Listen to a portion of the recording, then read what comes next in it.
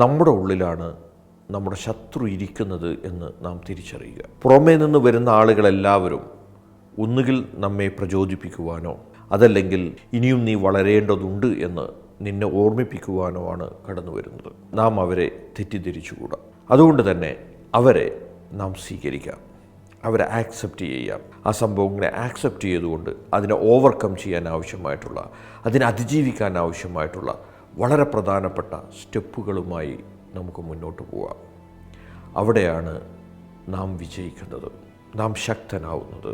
ഒരു പ്രതിസന്ധിയും തളർത്താൻ കഴിയാത്ത വിധം നിങ്ങൾ ശക്തനാവുന്നുവോ അവിടെയാണ് നിങ്ങളുടെ വിജയമിരിക്കുന്നത്. അപ്പോൾ നിങ്ങൾ ശക്തനായിക്കൊണ്ടിരിക്കുക.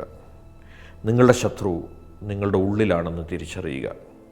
ആ ശത്രുവിനെ അടക്കി നിർത്തുവാൻ, ആ ശത്രുവിനെ ഒഴിവാക്കി കളയുവാൻ നമുക്ക് കഴിയേണ്ടതുണ്ട്. ലൈഫ് ട്രാൻസ്ഫോർമേഷൻ അവിടെയാണ് നടക്കുന്നത്. നിങ്ങളെ ഒരാൾ ഉള്ളിലേക്ക് വലിക്കുന്നുണ്ടെങ്കിൽ അത് നിങ്ങളുടെ ഉള്ളിൽ നിന്നായിരിക്കും.